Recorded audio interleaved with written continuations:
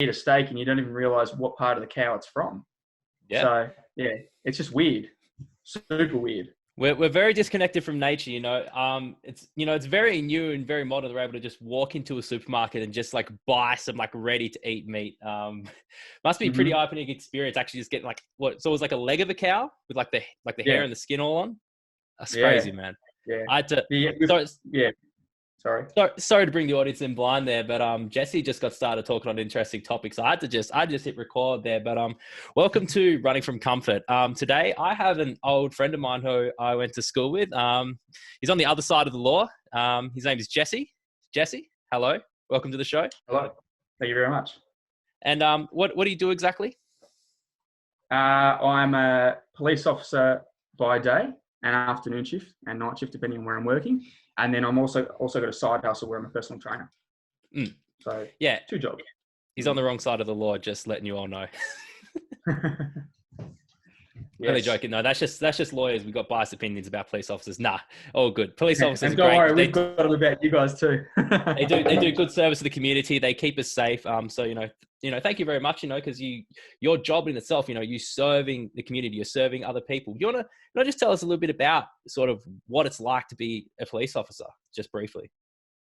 Well, when you join the force, I guess you have the intentions going in to help the community and challenge yourself and do your best to fight for what's right and that kind of thing. And I always had a strong sense of justice and wanting to do something about the things and the injustices that I saw in the world. So that was my main reason for joining. Not long after joining the police force, you realise that the world's an interesting place. And it's full of injustice, and sometimes it's hard to change the world, put it that way. You can make a difference to your little circle or your little community or specifically where you work, what station you work at, but trying to make big change is actually a lot more difficult than people think. And so what it's like being a police officer is kind of like keeping a lid on crime. You're never going to diminish crime at all, because the reality is that every time someone goes into jail, someone's coming out. Every time you stop someone from doing the wrong thing, someone else will start. And it's all just sort of about trying to contain it and make sure that it has minimal impact on the rest of the community that are doing the right thing. And that's one of the biggest frustrations about being a cop, is seeing that without fail, there will be humans that will just want to watch the world burn, as it's set. I think Batman. No, sorry, not Batman, but the other guy in Batman says that. Yeah, is it the Joker who said that?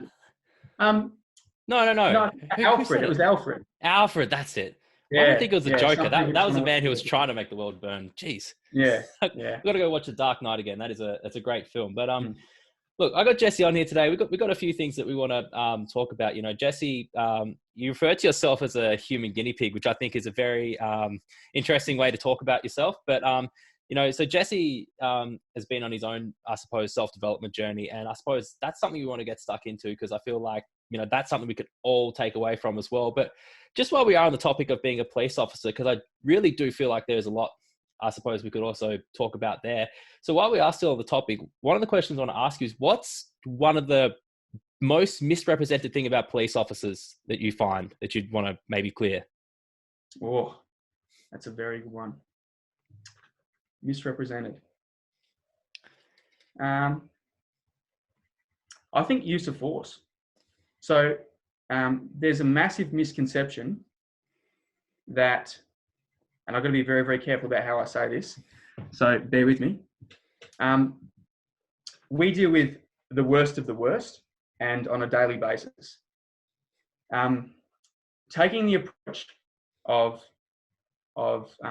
coming in softly to start with will always be our main priority, and to resolve things as peacefully and calmly as possible.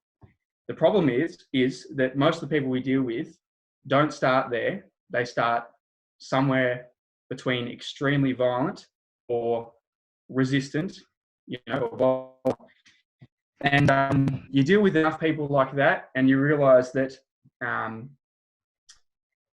soon that there is effective methods in communication and effective methods in use of force that you'll never be able to explain to the community without them being in your shoes and experiencing and dealing with the people that we deal with daily themselves.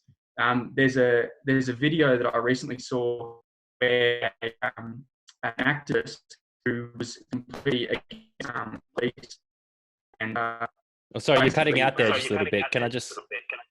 Yeah, I'll repeat what I just said. So recently I saw a video of an activist. He was the leader of an activist group.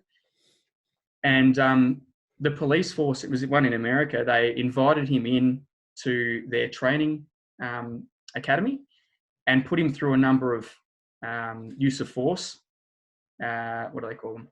Activities or scenarios. And in the first scenario, he got shot. In the second scenario, he shot an unarmed man. And in the third scenario, he let a guy resist to the point where he was able to get a knife out.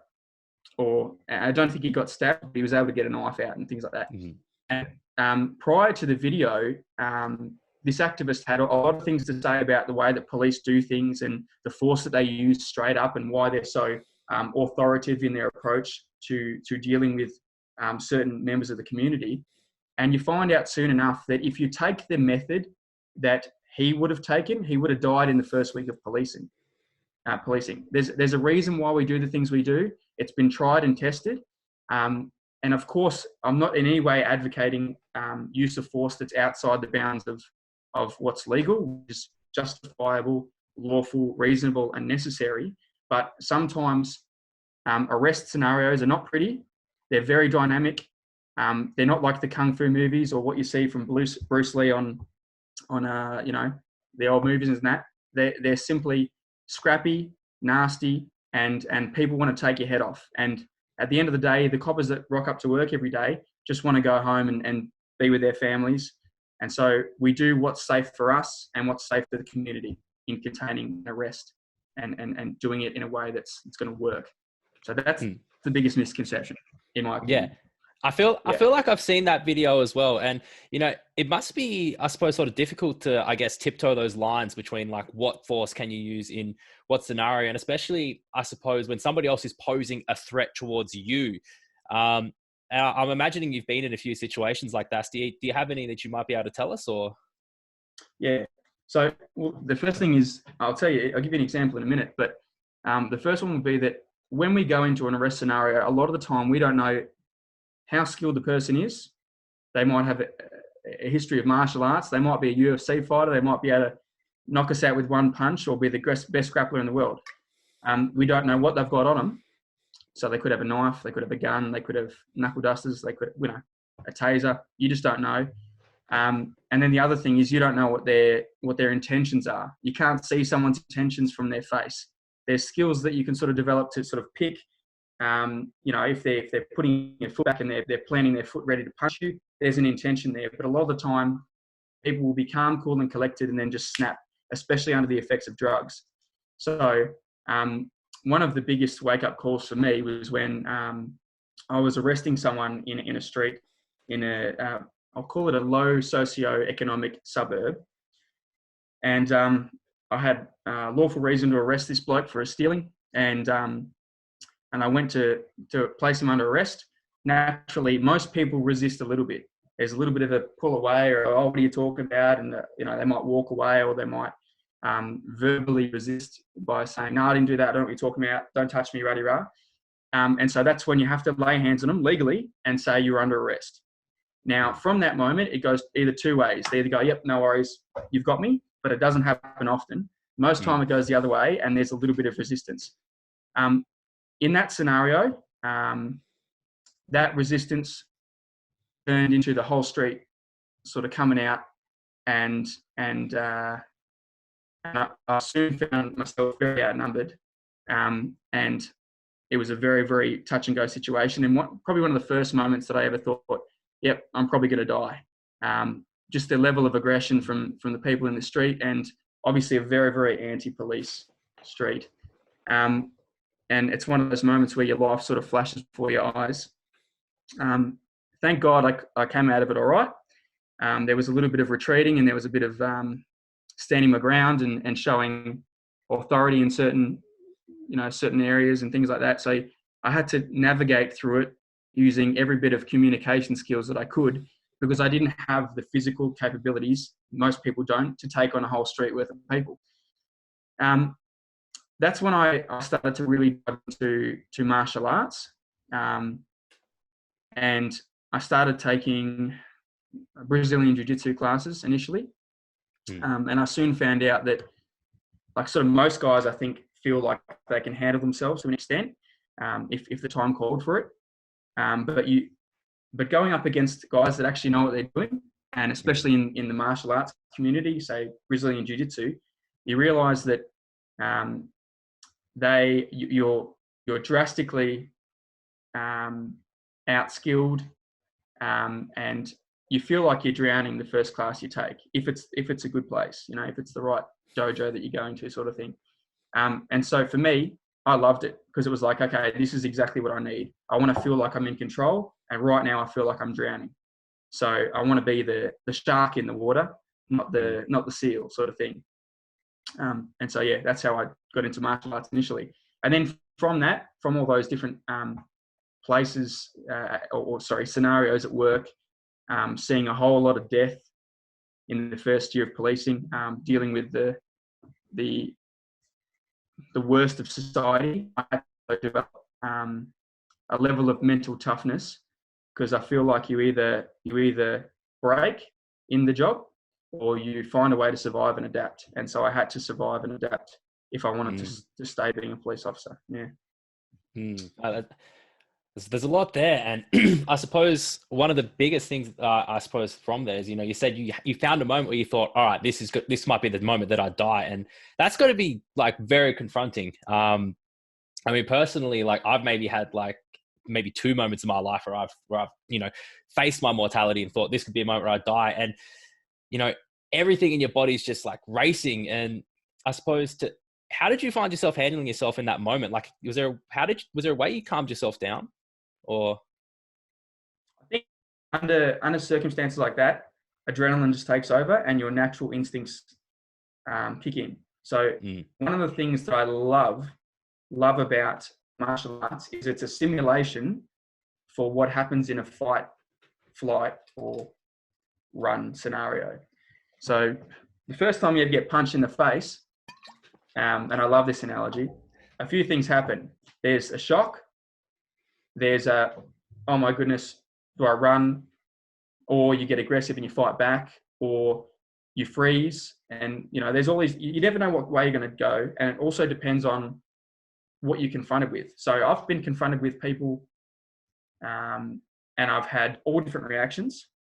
But the more I study martial arts and become more confident in my own abilities, the more competence I have, and then the more confidence I have going into those situations as well. So initially, I can tell you that I didn't have the right level of confidence. And like all the training in the police academy in the world will get you to a certain level, but you need to know deep down in the depth of your soul that you have the ability, weapons or not, to be able to defeat your opponent, or not defeat them, but to arrest them, we'll put it that way. So that's the only time, and this is why I'm on that journey to sort of get better, because I need to know that I can handle myself every day at work, and the only way I'm going to get there is by continuing to train. And then there's the sort of mental toughness side of it. I think, the old saying, the hotter the water, the stronger the tea. If I keep voluntarily going into situations where I'm forced to adapt, whether it's mental scenarios like diving into meditation, or jumping into freezing cold water, or challenging myself in sort of at training in martial arts, I'm voluntarily stepping into or stepping out of comfort into uncomfort, and that's the only way you can then adapt and become a stronger human. which is Yeah. exactly what your podcast is about. Yeah, And this is why I like it. exactly right. Which is Yeah. exactly why I've got you on here, because I suppose if you never get outside of your own comfort zone or outside of your own boundaries, then you're never going to, I suppose, experience any growth. And stagnation can be a problem. If you get too comfortable, if you get too stagnant, and you're not growing, you're not going to get anywhere in life. And I suppose, especially for somebody like you, being a police officer, working a job, there's a lot that you have to do. There's a lot you have to take on in that role. And, like you said, you're confronted with things such as death, whether that be the possibility of your own, or, you have to actually, see death firsthand, which, that's very, very confronting. And so I guess there's a lot of growth that I suppose you need to put yourself into. And I love what you said when you got into the jiu-jitsu, that you felt like you were drowning, and that's what drew you into it, because you have to really get used to feeling uncomfortable to experience that growth. So I suppose what I want to get into next is what were some of the things that you were doing in terms of trying to build up your mental toughness? The first one is that I dove into. I was raised Christian. I sort of fell away from that a little bit, and I was always semi-searching, but I started to seriously search when I sort of hit a wall mentally a little bit, probably struggling with the concept that some humans are evil and just want to watch the world burn, like we talked about before. So I was faced with a scenario where I had to go, okay, I need to come to terms with the group that death is a thing. It's brutal. It sucks. You look out in nature, there's lions tearing the crap out of gazelles, eating them from the feet up to the head, and it's just sucky, and there's nothing nice about it unless you look for it. And so for me, I was trying to find a way to come to grips with the evil or atrocities or horrific and brutal side of the world, and then trying to sift through all that to try and find a purpose and a reason to live, and to live fully and to live well. So I started diving into philosophy, and I guess from philosophy, I started looking at science. So there's a crossover between philosophy and science, where science will explain things using logic and using deduction and using tests and a lab and all the physical world that can be physically measured. Science will do that. Philosophy tells you the why. So it gives you the things that you can't test in a test tube. And the classic example I'll give is, say you boil a jug of, or a saucepan of water on a stove. Science will tell you why the water's boiling. That the heat is causing the water to bubble and blah, blah. Philosophy will tell you, and why that someone... just got to stop you just a second. You've just been cutting out there again. All good. Okay, I think you're back now. Sorry. So so before you started cutting out, you just said science will tell you that the water's boiling, and then you moving into the philosophy side. Yeah. So science will tell you that the water is boiling because of the chemistry and the chemicals and things like that. It'll even measure at what temperature the water will boil. But philosophy will tell you why it's boiling. And the answer might be that someone put that water there with the intention to make a cup of tea with the hot water. So you can't have one without the other. You can't have the why without the how. But those two things, the philosophy and the science, cross over into a beautiful V. And I sort of found that in that V, most of my favorite philosophers came to the conclusion that there is a higher power from one way or another. And so developing mental toughness for me was a journey where I had to dive into the why and the how of life. And then I've come to my own conclusion through studying philosophers, scientists, and now theology. I've dabbled in Buddhism, I've dabbled in Christianity, I've dabbled in Judaism and Islam and even Sikhism, Rastafarianism. I've done a lot of research, and I've come to the conclusion that there is a higher power, and a lot of things point to that, which I can go on to if you want me to next. Yeah. I would like to hear your take on the higher power point of view. But before I get stuck into that, I want to ask, where do you sit now? Like, what, aside from your belief being in a higher power, like, do you subscribe to one form of belief more than another, or? It's a good one. Can I answer that after justifying why I think the way I think? Yeah. I reckon, sure. because it's a long story. All right. Mm. So when I grew up, my dad used to tell me, never be dependent on man, because they'll fail you every time. And I didn't really understand it until growing up and realizing that if you rely on anything in the material and physical world, whether it be a person, you cling to your partner or you cling to your parents, they can all die. You can cling to your job or your career, and you might lose your job. The coronavirus might happen. Who knows? You can cling to your body or a sport. So say if you cling too hard to your abilities in Brazilian Jiu-Jitsu and that's all you live for, and then one day you break your legs or get in a car crash and you can't use your body anymore, that's gone as well. So that everything that's material, if you try and cling to it, eventually it can leave or get destroyed. So you have to have your sight set on something a little bit higher than just the material world. I think my dad once said, "Do you love your mother more than God, or God more than your mother?" And I said, "Well, mum, of course, because I can see mum, I can hear mum, mum feeds me." But he said, "Who do you think gave you mum?"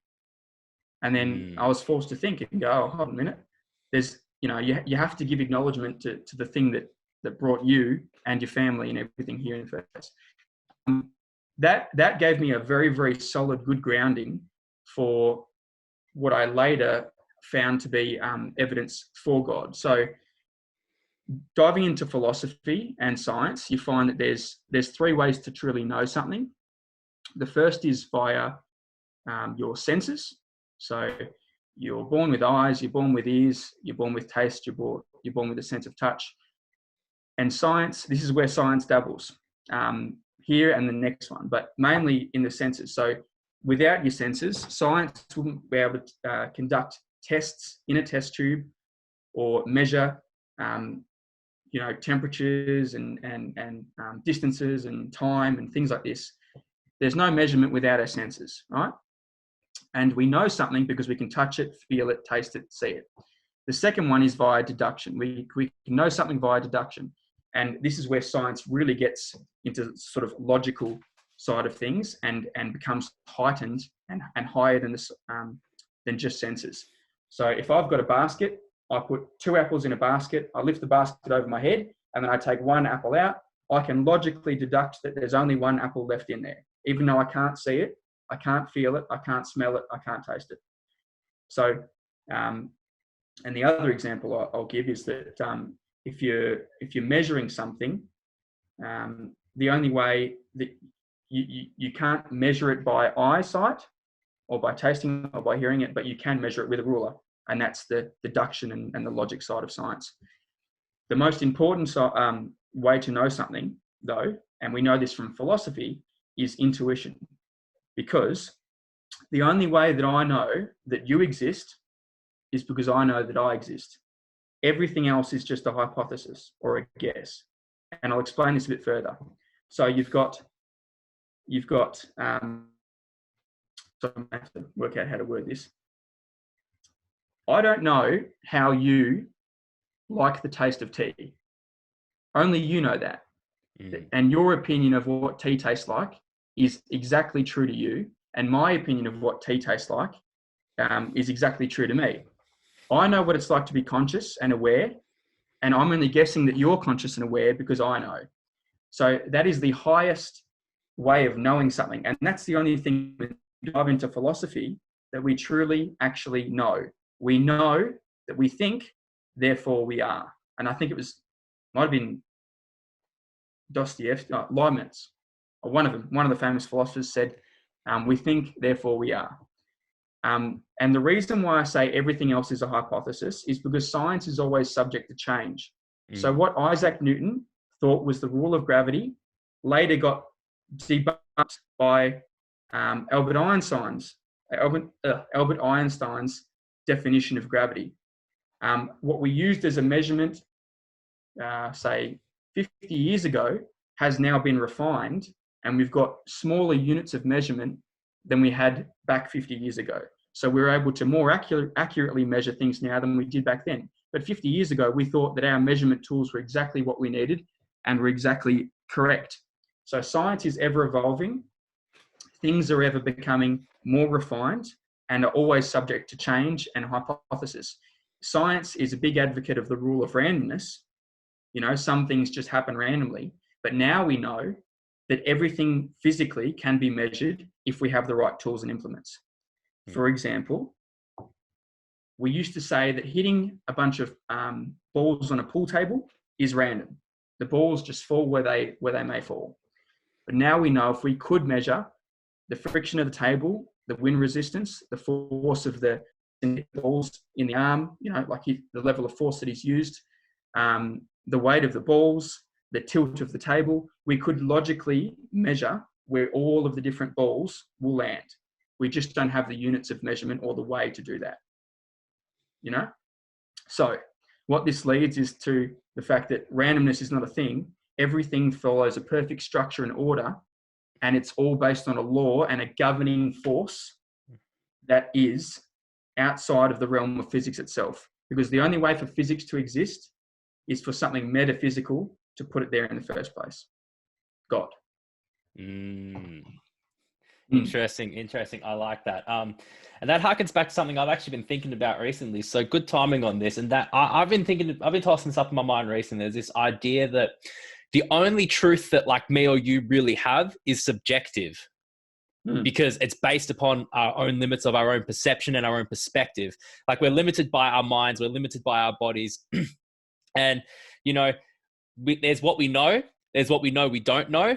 But outside of that is this huge world of what we don't know, And there is, I mean, it could be infinite what we don't know. It's absolutely ridiculous and crazy. So to me, I guess, what I find, I suppose, stands true in all of this is that somewhere for us to exist, there has to be objective truth. Exactly. Just on that point, one thing I've been diving into like recently is the concept of where the I am, or the consciousness of us actually exists, and where if there is a soul, where that would exist within us. And the answer is that science can't pinpoint it. Leibniz did a test, or had a saying where he said, if you shrink a human and you put him inside someone's brain, you'll see neurons firing and you'll see blood pumping, but you won't see the ideas that they have in their head, and you won't hear the song that they're playing in their head, you know, or the catchy tune that they keep listening to. There's some aspects of the human body that you can't put in a test tube. In the same token, if you cut off your finger, you're still you. If you cut off your arm, you're still you. We know that there is definitely areas of the body that can be gone and you'll still function. In the same token, you can live without all of your senses. You will exist, but you just won't live well. It's an issue of you know, how well you're going to live and things like that. So I think it was Imam Ghazali, which is a Islamic philosopher, that talked about the concept of the floating man, where if you didn't have a body and you didn't have your senses, but you simply had the intelligence that is within you, your consciousness, that is your soul. And the reason that you know that exists is because right now you've got your ancestor's nose. You don't remember him in your head, but your DNA, your human intelligence that's beyond just your body and beyond just your mind, remembers your genetic makeup so far beyond what you can comprehend that it's taken all of your family's histories, DNA dating all the way back to Adam and Eve, if you go that far, and it's put you together as a human, knowing full well how it all works. And it's so intelligent that it can take a piece of bread or a carrot and turn it into your brain. Because we know that after 7 years, all of the cells in your body get replenished, but you're still Zach. So the body will fade away, the cells will be replaced, your mind will be replaced, your heart will be replaced, but the essence that is Zach, your soul, lives on. And yeah, even after 7 years, you're still there. So yeah, and I suppose the idea of consciousness, being outside of something we can measure, consciousness in its own right, it's this crazy idea. And I don't think that we're ever going to be able to pinpoint it. There are definitely people that are out in the field that are trying to pinpoint, I suppose, this whole mystery of consciousness. But it does appear that, a consciousness does sort of inhabit our soul. That seems to be one of the things that I suppose is recurring. But I guess then, so you do have a belief in God, but I suppose you said that you had dabbled in a lot of religions, and a lot of different areas of religion. So is there any of them that you do subscribe to another, or are there practices from particular religions that you implement in your daily life? If you look at most religions, the first one is the Abrahamic God. So the God of the Old Testament. And if you look at the way that the Old Testament lines up with the history of Israel and the history of the Middle East and things like that, there's aspects that are analogies, I believe. So, for example, we don't know who wrote the book of Job. It's a story that could have been passed down from generation to generation. Very interesting story too, by the way. I love that story. It's like this idea, I'm sorry to interrupt you, but just quickly, the idea that the devil's bargaining with God and he's waltzing around in heaven, and then God's just like, fine, go. Do everything you want to him. He's going to stay faithful to me. It's a crazy story. But anyway, sorry, continue. But what it does is it provides a good structure and grounding for the fact that God will never give you something that you can't handle, which is something else we can talk about. But anyway, so you've got stories like Job, and you've got say the story of Adam and Eve, where you've got God creating the earth in days, and to us we look at 4 hours. Rocks are, there's evidence that rocks have been surviving for billions of years. I think that a lot of those God creating things in days and that might be analogies for a period of time that is not what we as humans, only 2,000 years ago have decided is 24 hours. So a day can be a period of time. But anyway, when you go a little bit further into the Old Testament, you see that the rise and fall of Israel historically did happen. And then the emergence of the Roman Empire historically did happen and things like that. So to me, where I sort of ended up back was the original gangster of religions, which is the Abrahamic God. It's the oldest text that we can find, apart from the Mayans, about the concept of God. So then I started to look at the Old Testament being, predominantly Judaism, and then how it correlates with the New Testament being the belief in Jesus. So I read a book called The Case for Christ by Lee Strobel. And the story of Lee Strobel is that he's an atheist journalist that then goes on a journey to debunk the existence of Jesus Christ. That didn't happen, funnily enough. What happened was the further he dove into it, the more he realized that from a historical perspective, and only historical, there is a heap of evidence, more so than Caesar. Yeah. There's so much evidence of the existence of Christ. Now, here's a man that rocked up on the earth and changed everyone's concept of time to being BC and AD. Don't tell me that something didn't happen in that period. You've got the Quran, which traditionally Quran and Christianity haven't really got along all that well, but they even admit that Jesus was a person. You've got a famous atheist by the name of Wilkins who won't deny the existence of a man called Christ. All Richard does is deny that he is the Son of God, which is the big claim. So Lee Strobel goes through this bit of a journey in looking at Jesus and the evidence that he had to exist and that he died and got resurrected and things. And he came to to the conclusion of the 5 E's. The first one is the execution. There's a lot of evidence for the execution of Christ, and I think it's the American Medical Association that did a breakdown of the crucifixion, and without a doubt determined that if this man called Jesus died on a cross and had all those horrific things happen to him, there's no way he would have survived it. The first one that he wanted to debunk was that there was some way that Jesus might have survived the crucifixion, and that's why he got raised again. The second one was the empty tomb. So in the early church, there was a I guess a conspiracy theory that that the disciples came in and took the body of Jesus away.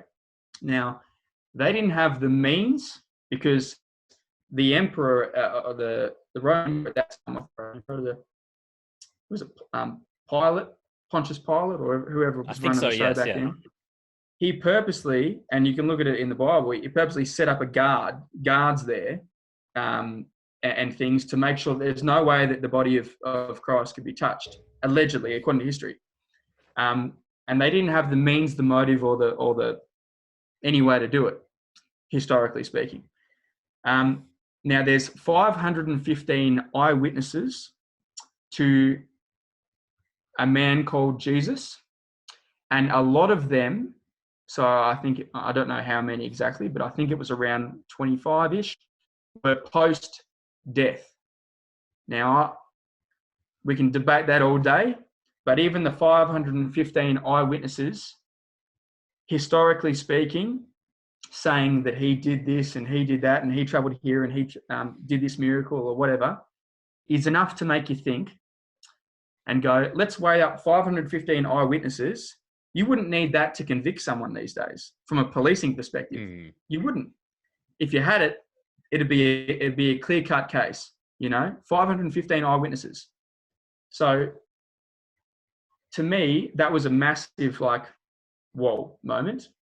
And then you've got the early records. So these eyewitnesses and these accounts of the story of Jesus Christ, they were all very, very soon or during Jesus' life.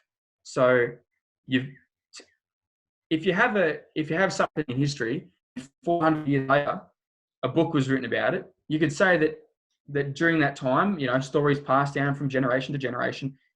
Yeah, they'd lose their validity, and they'd be tainted by the Chinese whispers of generations, putting their human splurge on the story. But the early records of Christ are valid historically, and even historians will agree with that. And then the last one is the early emergence of the church. So you've got a man who's claiming to be the Son of God, and you've got him saying, I'm going to die, and in 3 days I'm going to die. I'm going to rise again. And then if he was to die and that didn't happen, you could safely assume that he's full of crap, couldn't you? You'd go, I was wrong. Everything you said was lies. So disciples would be feeling really embarrassed by that point. They'd be like, oh. Exactly. You'd let it go, wouldn't you? Instead, what happened there was an early and massive boom in the Christian church immediately after the death of Christ.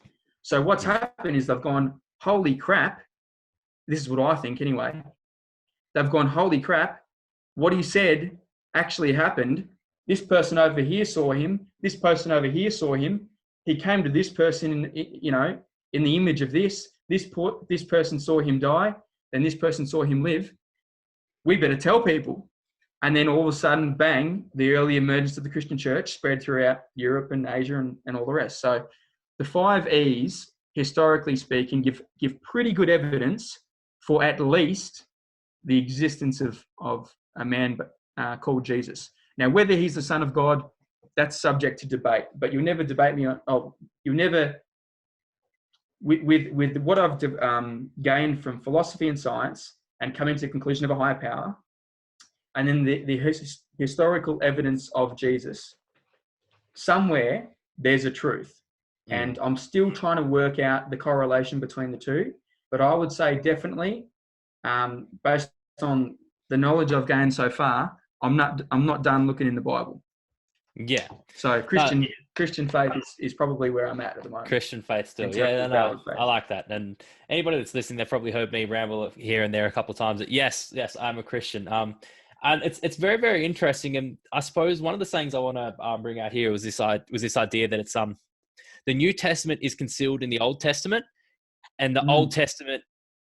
Oh no, sorry. Yeah, the New Testament is concealed in the Old Testament, and through the New Testament, the Old Testament is revealed. So yeah, it's man. like Jordan this idea. So it's like this whole time, God's had this plan from the beginning. And if you actually study the Bible, you can see how it unfolds. One of the craziest things I came across was it's in Genesis 5. There's this genealogy of names, right? And people have taken this genealogy of names back to like the original, like what was written on the original Hebrew tablets. And if you translate the meaning of each name back to their original Hebrew meaning, it reads something along the lines of, man has been appointed mortal sorrow. So the blessed God like came down and suffered for us. It doesn't say it exactly like that. You can look this up yourself, but it's the genealogy in Genesis 5. If you want your mind blown, look this up, because this would have been written on tablets in Hebrew thousands of years before Christ. It's one of the most mind-blowing things that I've come across. And that thing you posted the other day on Instagram with the big graph where you see all the crossover and reference to other scriptures in the Old Testament versus the New Testament. That's crazy, you know? Like the Bible in a way, it reads as some people have analogized it. It's like a poem of God's love for us. It's all about, I suppose, that man lives in this fallen state, which that's one of the things I think a lot of people struggle to come to grips with. This idea that man is in a fallen state, and that because of that, you know, we're automatically born sinners. I think a lot of people, I suppose, they look at that idea and they think, well, that's unfair. And I suppose if there's one truth about life that I think there is, it's that life is not fair. Yeah, so true. So true. But which is exactly why you just, sorry, no, what are you saying? Which is exactly why no matter what cards you dealt, no matter what cards you're given, you've got two options. You can either sit there, become stagnant, or wallow in self-pity, or go backwards, or you can go, this is exactly what I've got.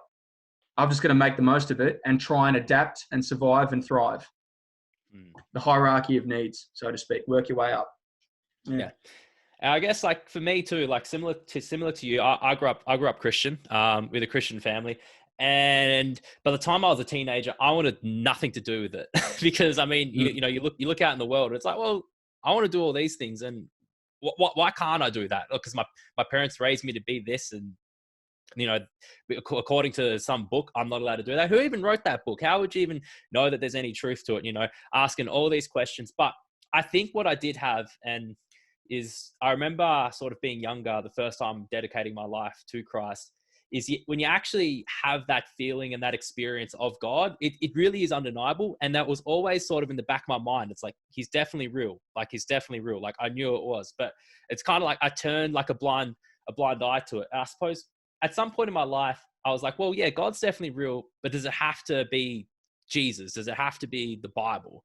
And that's what perked a lot of questions up for me. So I went searching in a whole variety of places. I looked left, right, and center. I suppose what I was trying to find was a version of there's a God that's real, but it doesn't have to be through Jesus. And ultimately, what that led me back to was, I suppose, the fundamental truth of Jesus. And then since I've been back there, the more I look into this stuff, the more I find myself continually blown away by it. It really is crazy. But yeah. So and it is a journey though, isn't it? Like, you're not going to get the answer overnight.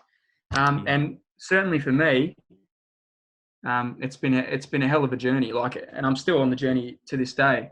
And I think the issue and the problem with me is I don't want to, and this is just a personal thing, I don't want to label myself as a Christian, knowing full well that I won't give that label justice. I know I'm a drastically imperfect human being. And the moment that I give myself that label, there's a standard that I need to set and a standard that I need to keep in order to be an advocate for that belief. And I haven't felt comfortable for quite some time in fully devoting myself to be able to hold that standard, if you know what I mean. I know exactly what you mean. Yeah. That's one of the reasons why my mum would be like, "You still believe in God and Jesus, right?" I'm like, yeah. She's like, "When are you getting baptized?" And I'd be like, don't ask me that. Yeah. Exactly. I eventually got baptized last year, but I'll say I've still been very imperfect since. But my favorite quote is... It's the nature of being human, though, isn't it? But my favorite quote is, "I'm not perfect. I'm Christian." Yeah, that's true. That's very true. But you know what? Yeah, sorry. Yeah, go. Jesus' disciples certainly weren't perfect, were they? Oh, definitely not. Definitely not. You know, they got up to all their own mischief. Just on the faith thing, there's and we talk about the benefits of faith in a day and age where people are struggling with mental health more than anything. And I know we touched on it to start with, but there's this analogy, and it's all through the Bible, sort of hidden in places. And it's that God will never give you anything that you can't handle. And I didn't really understand that, but philosophy talks about it too. And they use the analogy of the light and dark principle. So these days we've tamed nature. We've got Mother Nature at our beck and call. If we snap our fingers, we get a burger. If we can order McDonald's on Uber Eats and it rocks up to our door. And we're living like kings. You know, there's kings in the past that haven't had the luxuries that we've had today. We've got running tap water and a flushing toilet. Yet, as a society, we're the most unhappy society that's ever been. Now, I think personally, it's because we run towards comfort and don't run towards uncomfort. And the reason I say that is because you can't appreciate light without dark. You can't appreciate pain without pleasure. And I use the steak analogy. I love steak. And when I have one steak, it's an absolute thrill. It satisfies me. It satiates me. I enjoy the taste. It's just great. If you give me 2 steaks, I might enjoy the second one, but I'll start to get sick of it. 3 steaks is painful and 4 steaks is torture.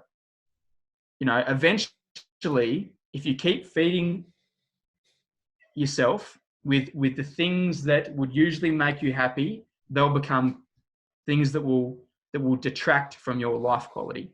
So everything is balance and everything is moderation. And I think that what's happened as a society is that we've become so comfortable. We've oversatiated ourselves with comfort. So much to the extent that nothing makes us happy anymore, and we don't get any satisfaction. And the Bible talks about this in a very subtle way about watching your worldly desires. If you oversatiate yourself with lust or with food, you know, gluttony and all this stuff, you're just making life worse for yourself, and you're actually going towards your own living hell. Because life sucks when nothing makes you happy. You're living in hell.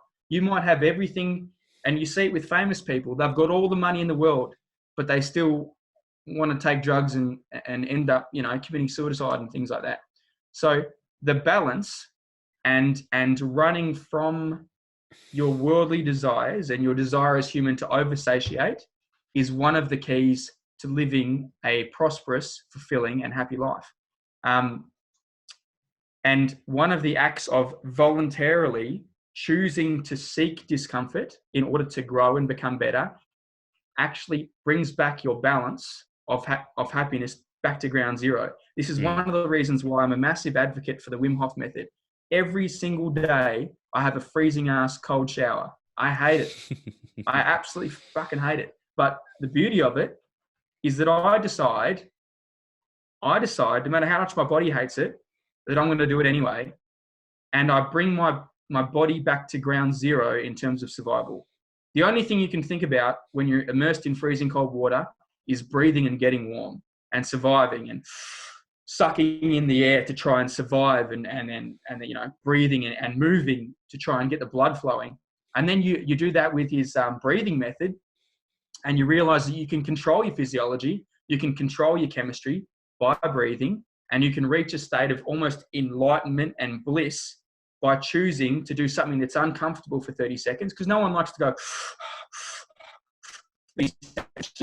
it's not that great. And you feel lightheaded, which I've kind of gotten to the stage which I like, and you get tingly. But then there's this moment where you realize you can survive without breath for 3 minutes. I did 4 minutes the other day, and it was 4 minutes.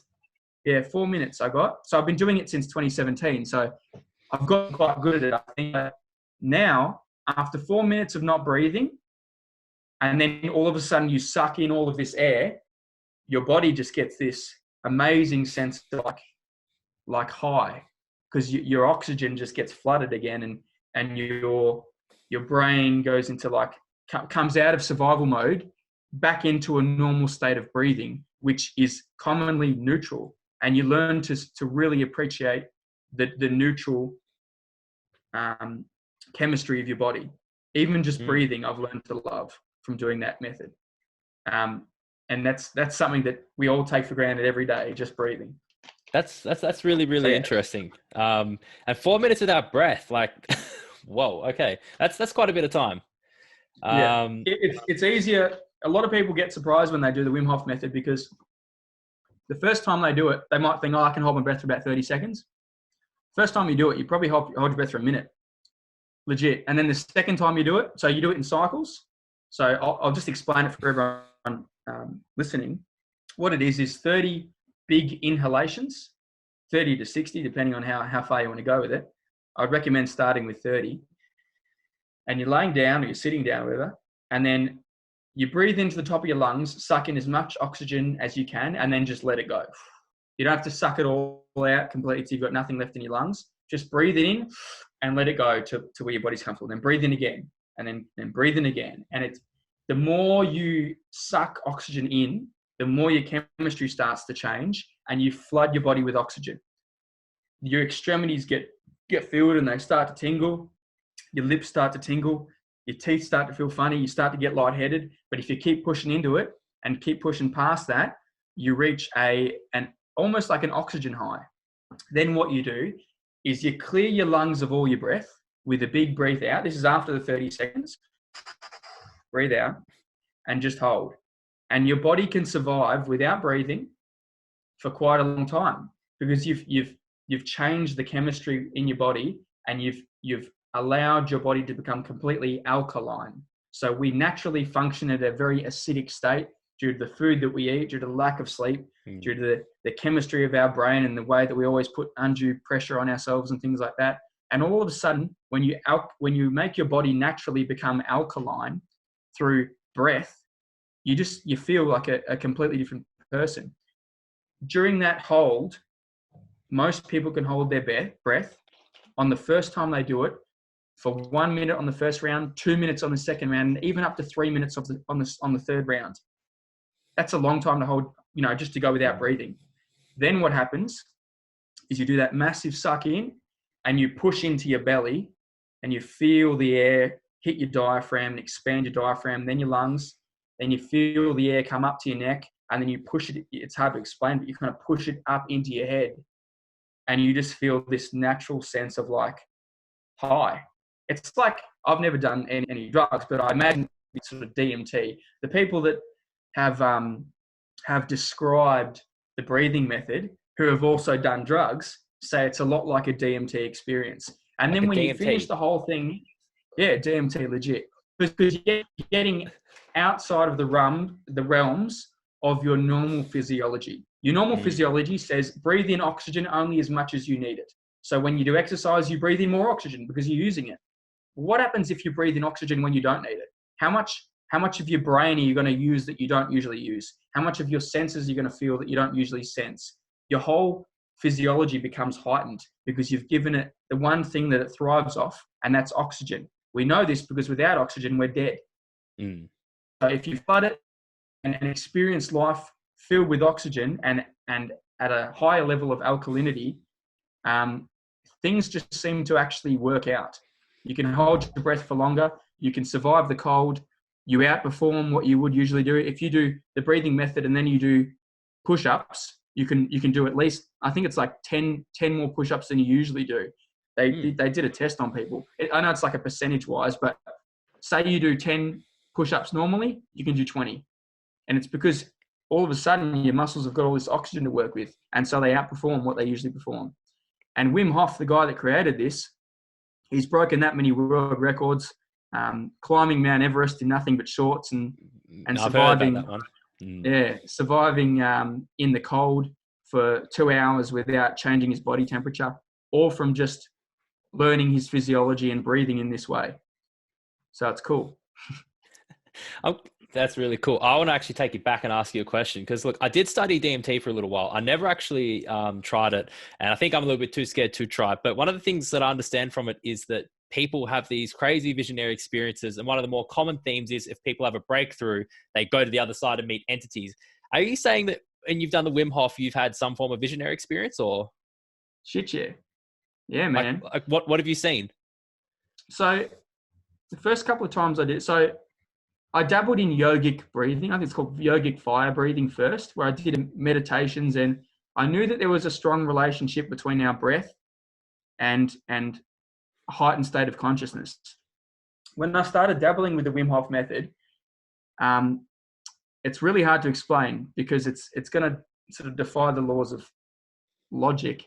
But logic can only take us, somewhere in the physical world. Some things are metaphysical. So what I kind of, the first time I ever did this breathing exercise, I realized straight away that there's a lot more of my body, physiology and things that I haven't ever sensed that is there and that I can sense. You can feel the tips of your fingers, but how often do you feel like you're floating?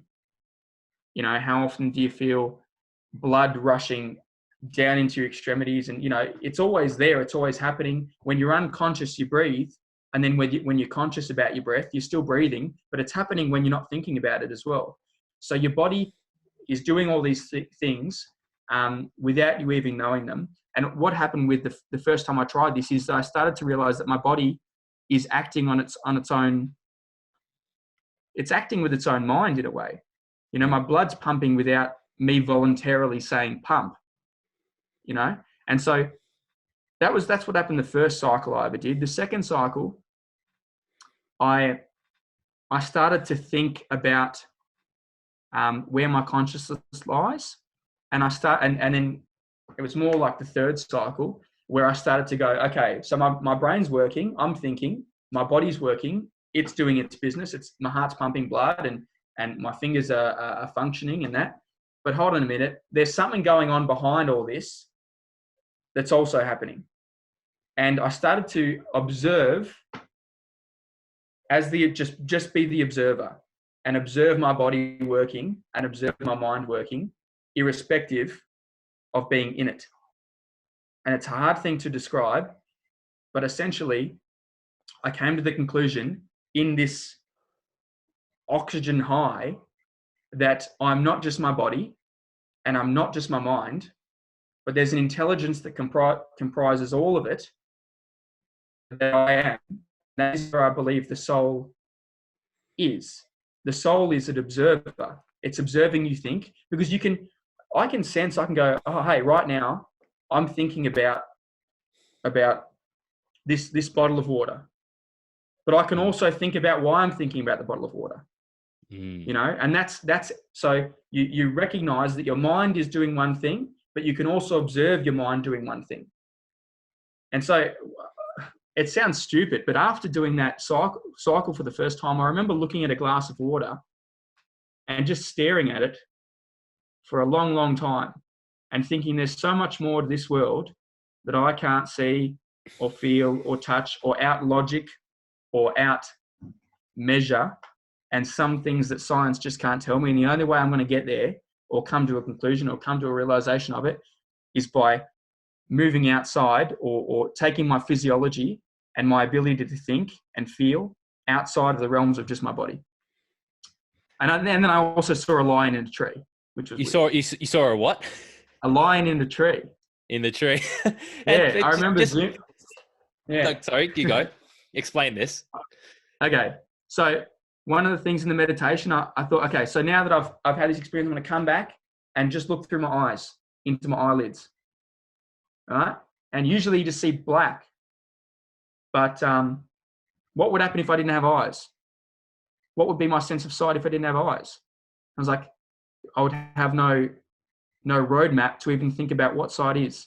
But in zooming in past just the blackness of my eyelids, I started to get images popping up, and I was in a dark room at the time. I wanted to do it dark. I didn't want to be affected by sound or senses or anything. And the longer I sat there in this state, and the more cycles I did, the more I reached a stage where I'm just because it's not I'm not seeing a lion in the tree. My imagination's doing that. But really, your senses and what you're observing and what's coming through your eyes and getting translated through your brain, it's only ever subject to what your physiology is. So the beautiful thing about your consciousness is not subject at all to your physiology and your ideas and your imagination and your vivid sense of memory and amazing sense of creation is outside of the physical realm. And so lions in trees was the first thing that came to my head, and I have no idea why. And so you saw like a vivid sort of image of that. Yeah. That's crazy. And then I woke up. And then before that, you said something about like observing your mind thinking. Are you saying you had like an outer body type experience, like, or not quite at that level? No, I would say that. I would say that for a minute there, I was me, perspective of what my senses have told me I am, of what my parents have told me I am, of what school has said I am, of what my eyes tell me and my ears tell me and my nose tell me and my taste tells me, because they tell you that you're a human named Jesse. They tell you you're a human named Zach. But if you don't have any of that for a second, and you come to it with the ignorance of a child, what are you? You're simply consciousness. Simply I am. You think. Interesting. That's very, very interesting. Trippy, huh? There's something I want to talk about, but first I want to put a disclaimer here. Mum, if you're listening, please turn off right now. Anyways, and look, probably shouldn't be telling a police officer this, but it's not actually that big a deal. A couple of years ago, when I was on my own sort of journey, and I was experimenting a little bit. I was trying to figure out the intricacies of life. I'd been listening to a little bit too much Terence McKenna. I don't know if you're familiar with him at all. No. I've heard the name. He was a bit of a, you might call him a bit of a philosopher, but he's more what people would describe as a psychonaut. So he was somebody that was exploring the realm of psychedelics. Sort of like Sam Harris kind of thing. Yeah, a little bit like that. And one of the things that he recommends is to eat 5 dried grams of mushrooms in silent darkness and go along for the ride, which is crazy. It's absolutely crazy. I can't say I'd recommend that. Terence McKenna, look, you recommend that, or I can't say I recommend it, but it made me curious. It made me a little bit curious. So once upon a time, I sat in my room. I think I was trying to work my way up. So I thought, I was like, let's just try like 3.5. Try like 3.5. Look, what transpired was a bit of a strange experience. I saw many different shapes, colors, and in particular, I got lectured by a tree that was telling me, you're trying to find answers, and this is not how you do so. Like, there are no answers. Life is as complicated as you want to make it, or it's as simple as you want it to be. But one of the sort of things that happened was I had this moment where it felt like what was driving my body was outside of here, outside of this world. It was like this awareness of like, whatever it is that animates this body, it's not here. And that was really crazy. And then I remember, like, I thought about it. I was playing a video game, and like, this is later on, and I'm playing this video game and I'm playing this character. And then I thought about it, and it was like, the same way I'm playing this character here is the same way my consciousness is playing my body now. And like, it just like slapped my reality in the face. I was like, okay, damn, there's too much we don't know. That's why The Matrix is such a amazing film. because they're the first. I feel like they're the first people to ever go. You're just a machine in here running the machine that is your body, and then like to untap from that and to unplug is this massive epiphany. And I think that's what enlightenment is. When the yogis talk about, or Buddhists talk about enlightenment, they talk about this unplugging moment where you realize that you are not just your body and not just your mind. And the only way to get there, it's not a time thing, because you can sit there for 8 hours and you can still be in your head. Or like a lot of these yogis that talk about their enlightenment experience, it happened in a split second when they just realized everything that I know is subject to the restraints that I place on myself in my own mind and in my own body. And it's very interesting that you say that, because like I've tried to get there, obviously naturally, to a state where I'm living in bliss, just complete contentment. I wouldn't say I've got there yet. I've certainly come closer based on the methods that I've sort of sought. And I think that there's certainly a spot where the yogis and the mystics from India, they've got something going on there. They can't explain it with science, but a lot of people are drawn to India to go and sit with the yogi for hours and hours and hours, and just to hear him speak. Like one of my favorite people to listen to is a guy called Sadhguru, who's a mystic from India. And I've done a few of his sort of like guided meditations. And one of them is just repeating that you're not your body and you're not your mind with breathing exercise. And then after time, you sort of get that feeling, you know, if you keep telling yourself that you aren't your body and you aren't your mind, eventually you start believing it. And then when you start believing it, you open up your mind, which is usually closed, because your whole upbringing has told you that you are just physiology, that you're just a lump of meat that happens to survive and live through chemistry and biology. But when the Bible says, like Jesus raised Adam from the dust and then he breathed life into him, that's where the difference between us and a tree who is also living, also breathes carbon dioxide and breathes in carbon dioxide and breathes out air, also has, you know, the ability to suck nutrients and drink water. This is the difference between a tree and us, is that we've had the breath of life, the soul. There's more to us than just physiology. Yeah. So And very interesting. That's a really, really deep idea. And this is something that I've been thinking about on and off over the past couple of years, but I was actually thinking about it again today. So once again, great timing on this point. Something that like I've really been thinking about is what does separate us from like other living beings. And what I ultimately sort of draw the conclusion to is the idea that we are made in the image of God. And like you read the Bible and you read the book of John, it's like in the beginning was the Word, and the Word was with God, and the Word was God, and the Word created everything. And how did God create everything? He created it through speech. When God spoke, things came into existence. And I think it's really crazy, because if you think about us as humans, we create things. And how is it that we come about creating things? It starts as a thought. Then you might write it down on a piece of paper. You might have a conversation about it. But if you never, I suppose, write it down or talk about it, it just stays and dies in your mind, whatever that idea is. But when you actually speak or write it out, you use language, you bring it into existence. And like as humans, we sort of have language that other animals don't have. We have ways we can communicate with each other.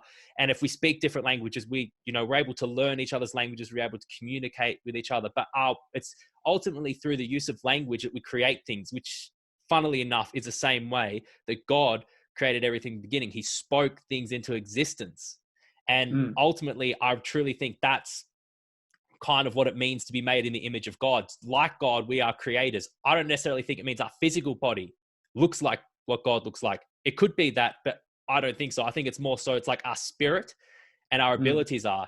And then I think, going like sort of even deeper, you know, a lot of people get into positive affirmations and, you know, stuff like that. And you start reading the Bible and it's like the power of life and death is within the tongue. It's like, there's this idea that our words are really, really powerful. And I've started to really try and take that seriously because, like, if you think about it, your words can make or break other people.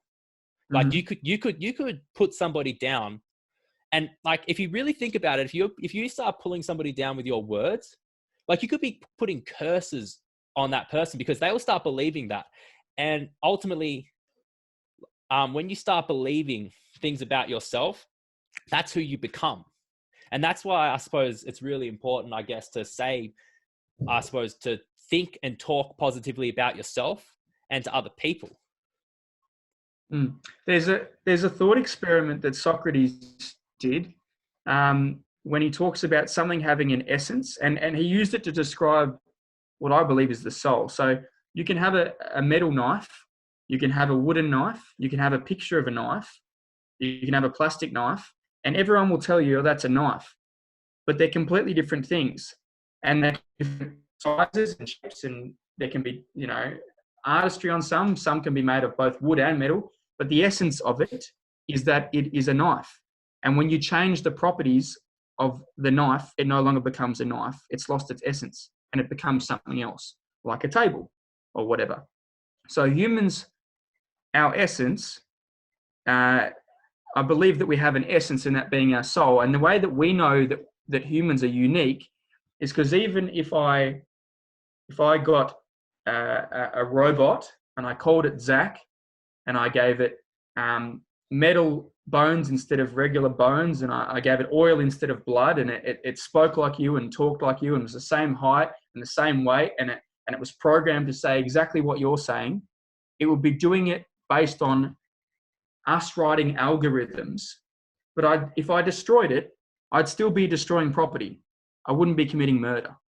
And this is the robot thought experiment, that even if you create a being to a T that looks, sounds, acts exactly like a human, it doesn't have the human essence because robots are just algorithms, not souls.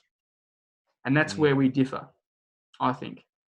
Very, very interesting. No, and I truly think like that is, I suppose, what pulls us apart from humans. It is that essence. It is this idea of a soul. And like, it really is just like this really sort of deep idea. And then, you know, this whole idea that it's the reason why we can't be satisfied by material things. And I just want to check in that you're still there. You're frozen on my screen at the moment. Hello?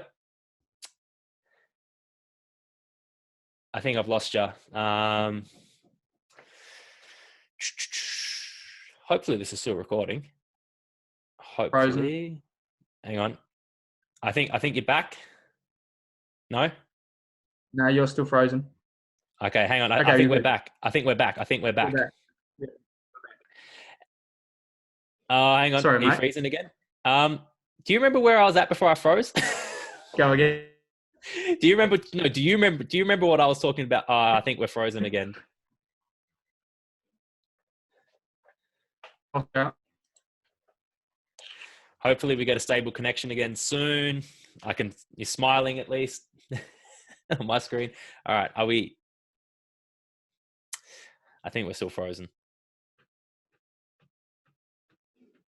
We've been speaking too much truth in this podcast. They're trying to shut us down.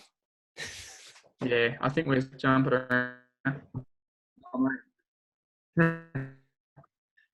This is what happens. Work that are greater than us. If you speak too much truth, they try to shut you down. Don't take the Bill Gates vaccine. Oh, sorry. Is it China? Is this China?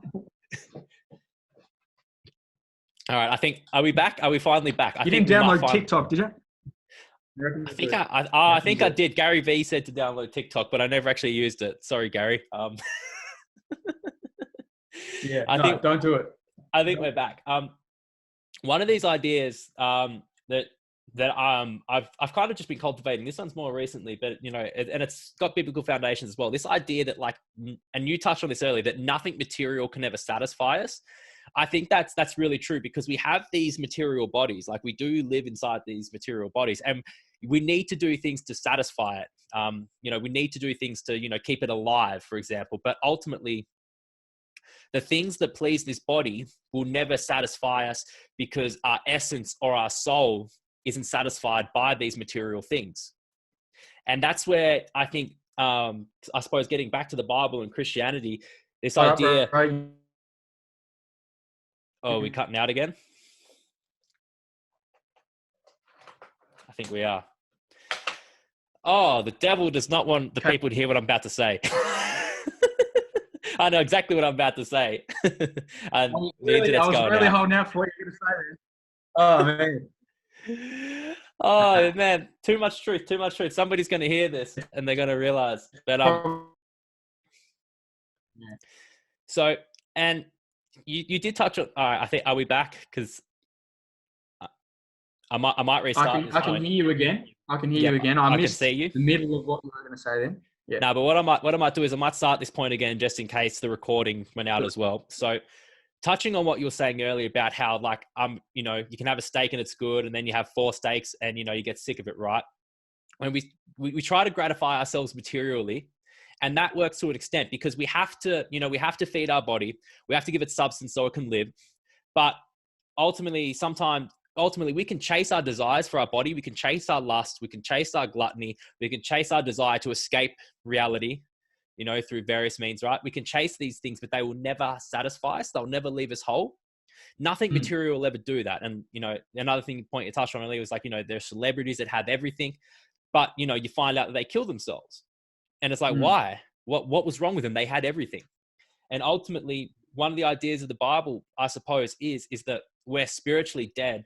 And in having Christ, we're made spiritually alive, and only God can give our spirit life. And our human essence, our soul, we can only get that life from God, from having communion with God. We can satisfy our material body as much as we like, but we will never get the spiritual satisfaction without God. And I think that it's one of the things that, like, as I get older, I really see and I feel more. And I notice, like, at times in my life when I'm at my worst, like, I'm not praying, I'm not reading my Bible, like, I'm not having communion with God. And when I do have that communion, when I am, like, actively making an effort to pray and seek God, like, that's when I feel like I have the most life. And, when you read the teachings of Jesus, he says, the things that, don't love the things of this world. The things of this world will pass away. And so will our bodies. Our bodies will pass away. The things of this world will pass away. And, it's our soul that's everlasting, and God is everlasting, and only He can give life to that. So true, mate. You should be on a pulpit somewhere. I can't tell the congregation ate mushrooms though. Yeah, they're cool. Oh well, mate. No one's perfect, are we? No one is perfect. I don't, and I find it, but one of the things I suppose that it's like a struggle with Christianity is, like, knowing sort of, like, what the limits are, I guess, because, you have the law, you have what's in the Bible, but not everything's, like, clear cut. Like, something that I'll see Christians, I suppose, debate to and from is, like, is cannabis like a sin, for example? It's like, well, it's natural, it's a herb, and, it's a medicine. And then it's like, okay, but then on the other side, people are using this as a drug. They're using it to escape this world. So does that make it a sin? The Bible doesn't spell out some of these things, and something that I suppose I've, like, tried to battle with in my head was, all right, there's this thing that grows in the ground that can give people these profound experiences. It's nature, it's natural, right?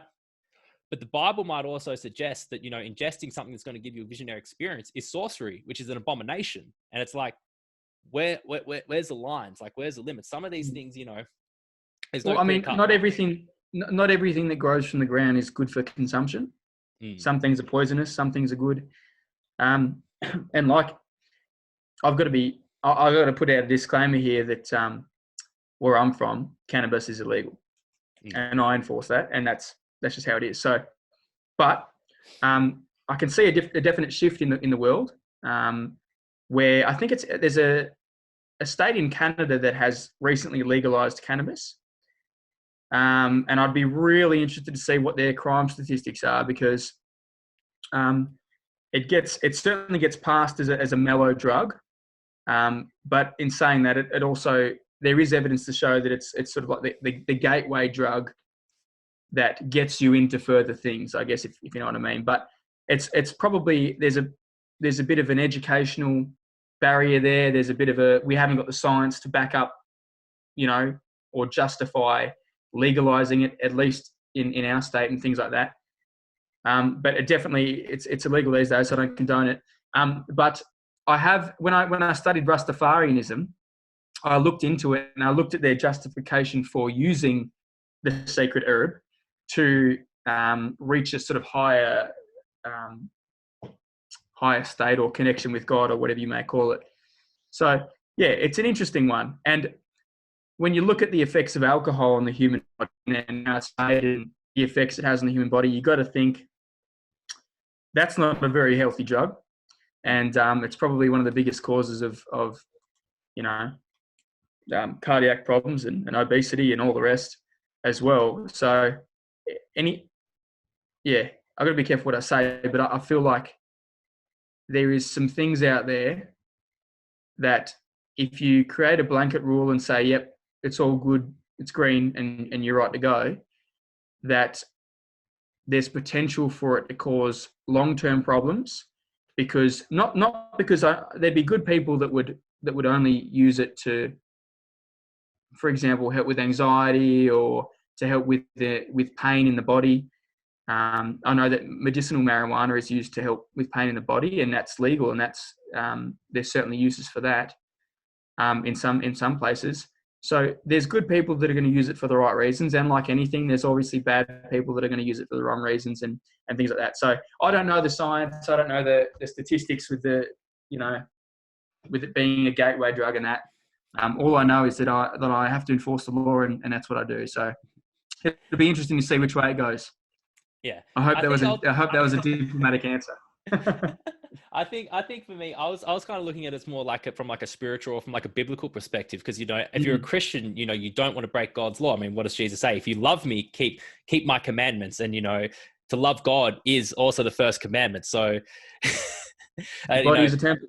I suppose when it comes to some of these things, I think one of the conclusions I draw is it depends on how you're using it and whether you have control over some of these things, or whether they have control over the person using it. Because ultimately, you're not supposed to establish false idols, which as an idea is that you're not supposed to have something that has control over you, or something that you put over the place of God. So, for example, drunkenness is a sin, but, Jesus frequently was known to go and have wine, and his first miracle was turning water into wine. So it's this idea that, if you have control over yourself, you can have 1 or 2 glasses of wine. You don't need to go get drunk and escape the world. And, we all know what happens when you get drunk. You're a police officer. I'm sure you've dealt with many people under the influence of alcohol, and, it's not pretty. No, it's not. And people do silly things when they're drunk. Even sex, and I know, I don't know if we can go here, but we're going to go here now. I've brought it up.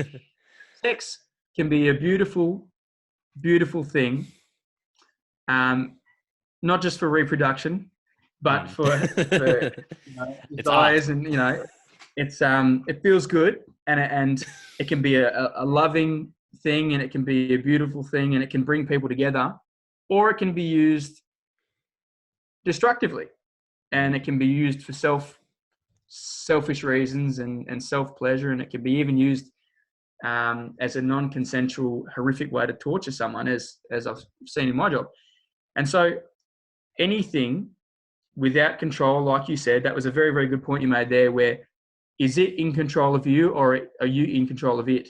And I think one of the biggest issues as a man in this day and age is that we don't have a good grasp of controlling our desires in that respect. And, you can blame it on, what you see on the TV or the movies you watch or porn or whatever you got to do. But at some stage, you have to go, this is something I need to take control of. Otherwise, it's going to control me. Same with alcohol. You either need to take control of alcohol consumption, or it's going to control you.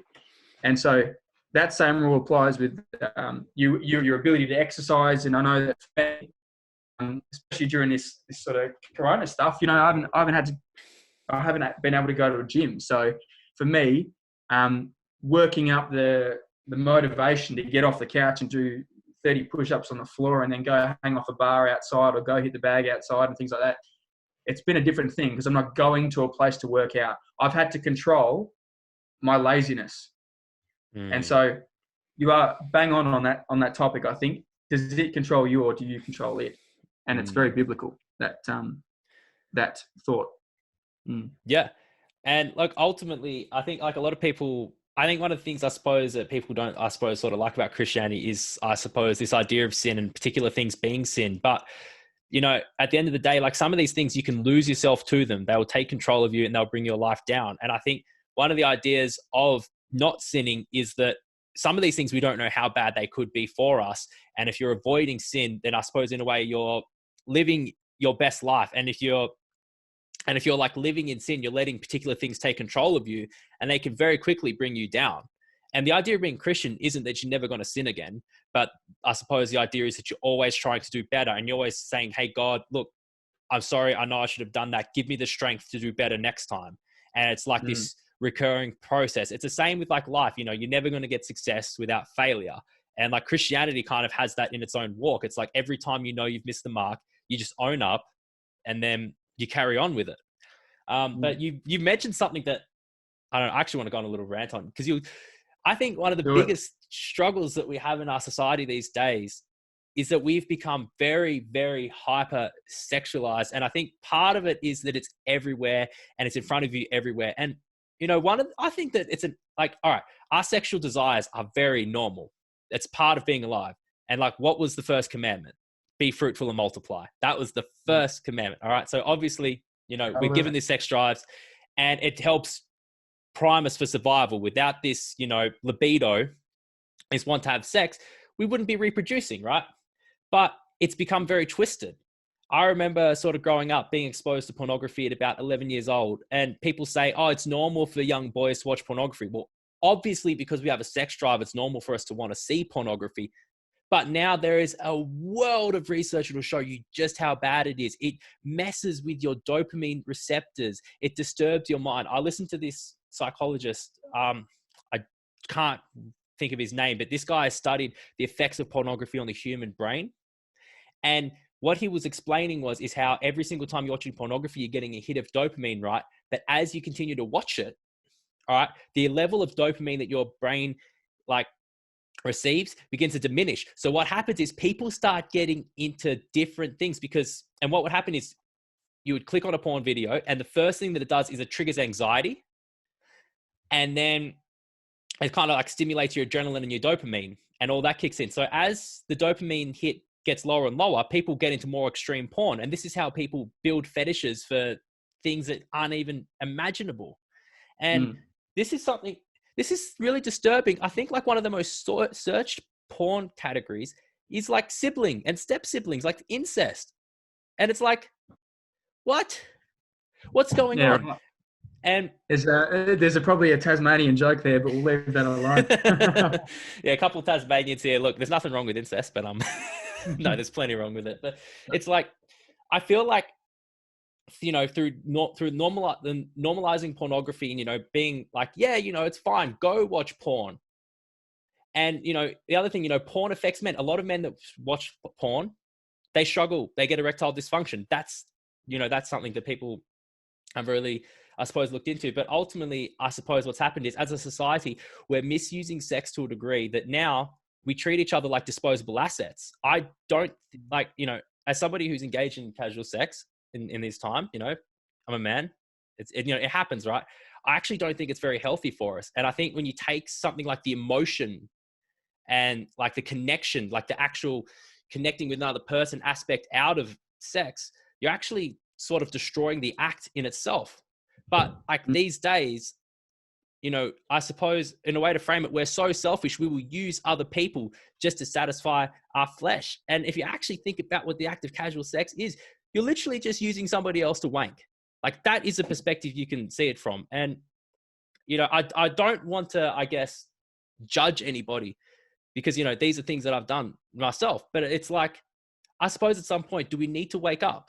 Like, are these things actually good for us? So true. Yeah, I 100% agree with you on that. And I feel like this is why the whole, have you heard of NoFap? I heard about it on Joe Rogan. I did that for a little while. Yeah, NoFap craze, it got really, really popular, and the benefits were evident. Blokes were reporting that, they feel better about themselves and they feel more in control of their bodies, and their desires and their self-control has changed and things like that. And this is something that should be promoted. Funnily enough, it's been talked about, and people like to put a spin on the Bible and say, you're putting constraints on yourself and, all of this stuff by doing it. But actually, discipline is freedom. And Jocko Willink says that. When you're disciplined and you're in control of your junk, the thing that is living between your legs that has a mind of its own, I think it gives you a freedom to be able to make decisions on your own terms and not based on the chemistry that comes with your desires to go and get your load off, so to speak. And that's freedom. Freedom is not being trapped in the fact that you have to get off in a certain way at a certain time, daily, or, some people probably 3 times a day, whatever, that's that you're trapped. There's no, you're not living a better life by doing that. And I always think back to animals. Like, animals don't have sex that often, do they? Really? They have seasonal sex. I know I've had a dog, and it, growing up, I had this dog that used to hump its teddy bear all the time. But generally speaking, because dogs don't have the sense of imagination or access to, don't even understand the internet and things like that, they don't, and movies and stuff, they don't have the exposure that we have. And so animals are still relatively in control of their junk. And you can always relate things back to how they do it, I feel. Now, the question is, that gets raised with me, at least, is that, are we meant to be monogamous? And not irrespective of what the Bible says, yes, right? The Bible says, yeah, but if you look at animals, they're not. So there's a debate that I had in my own head for a minute there. I was going, are we really, and why? But now looking at it and sort of thinking and experimenting and listening to different people, I can see that sex is something that's so much more than just physical. I feel, there's an old saying that it's like soul tying, and it's so much more than just emotion and physiology. You're tying yourself to another person, and usually, at the stage that you're having sex, you should be, and I'm not saying anyone's, I'm certainly not perfect here, but like, there's a commitment there. You're committing to them, and you're saying, no matter what happens, this is what the act of marriage is. No matter what happens, I'll stick with you.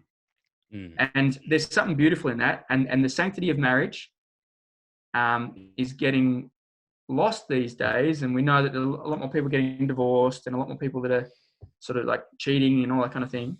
And so we've lost the sanctity of marriage, and that with that sanctity comes the sanctity of sex as well. And I think they're so, so important and integral in formulating a relationship that's actually going to last the test of time.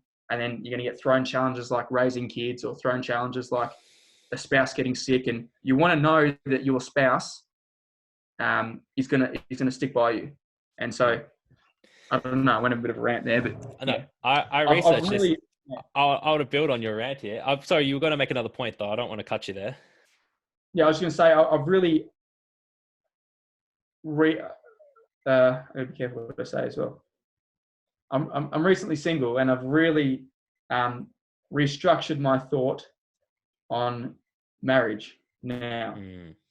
It forced me to find what I'd actually really be looking for and things like that. So yeah, I don't know. I'm still a work in progress, and I'm still got a lot to learn. But I think that the moment that you treat marriage and sex without importance and without drastic, it's a very significant act. That, and yeah, if you downgrade it, you're only doing yourself a disservice. Yeah. Finished. And look, there's a few points that I suppose that I do really want to make here. I grew up a Christian. I lost my faith for a while. I've come back, right? In my time, let's just say I've had plenty of premarital sex, right? And it's only been about the last year or so that I've been taking my faith seriously again. And one of the things that I've been kind of grappling with is like, well, what is sexual immorality? And what is, having sex before marriage? And how does somebody live in a world like today, but abide by those types of things? But here's a couple of things. I don't like what marriage has become. I don't like what marriage is. And if you actually think about it, technically, marriage is a contract between two people and the state. That's what marriage is.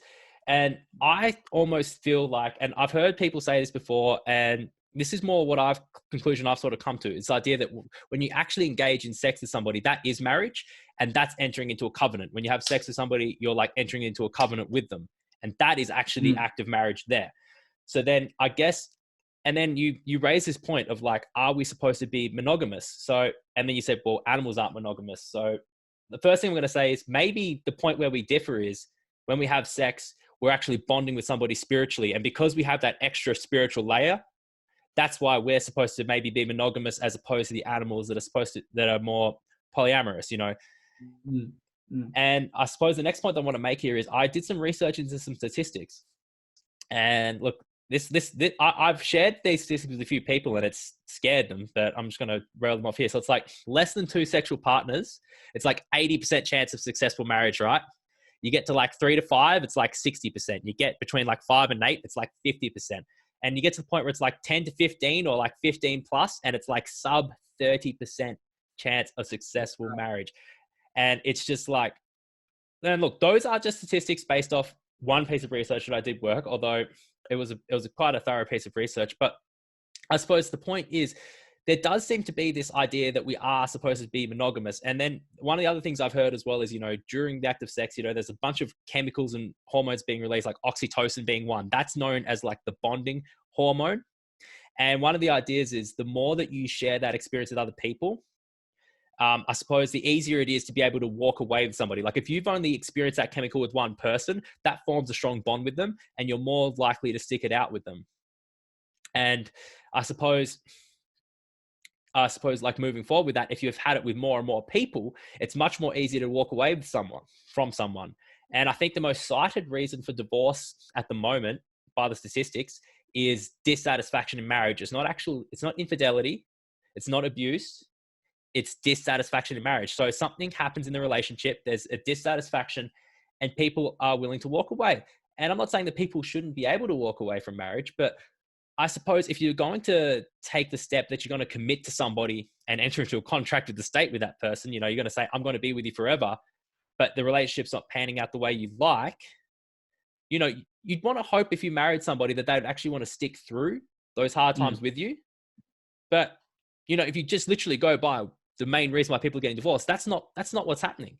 And I do think part of that is people are having much more sex and a lot more sexual partners in their lifetime these days. And I think that is playing a big factor in terms of the breakdown of relationships and marriages in our modern day society. And look, ultimately what happens is if a marriage breaks down and there's kids involved, that's a breakdown of the family. And it has a flow-on effect. Yeah. And that actually has a flow-on effect at society at large. So like this really is a serious issue. And I think it goes all the way back to, because our society is so hypersexualized, like I suppose we walk into the trap of believing that having all this sex, I suppose all the sex you want is normal. And I suppose the other thing as well is it conditions us to want more of it, because when you see it, it feeds your appetite. Like one of the things I did probably about a year or so ago was like, I realized I had a bunch of women I was following on Instagram. They weren't like models or anything, but they were girls that just posted like a lot of, like half naked material. And I was like, and I noticed like every single time I'm looking at this, like a part of me is like, oh yeah, damn. So I just started, if I realized that I didn't know the person or all they were posting was just them half naked, I just started unfollowing them because I was like, I don't need this in my face all the time. And I think that was probably at the and probably about a year before that was when I stopped watching pornography as well. And I will say, like, both of those things have had a big sort of impact on my life.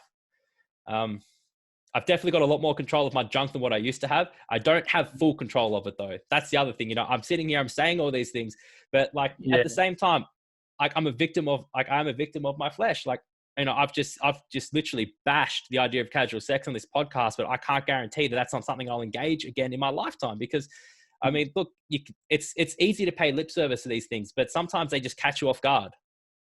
Yeah, 100%, man. And I'm the same boat. The important thing is that we're both striving, Zach, I feel.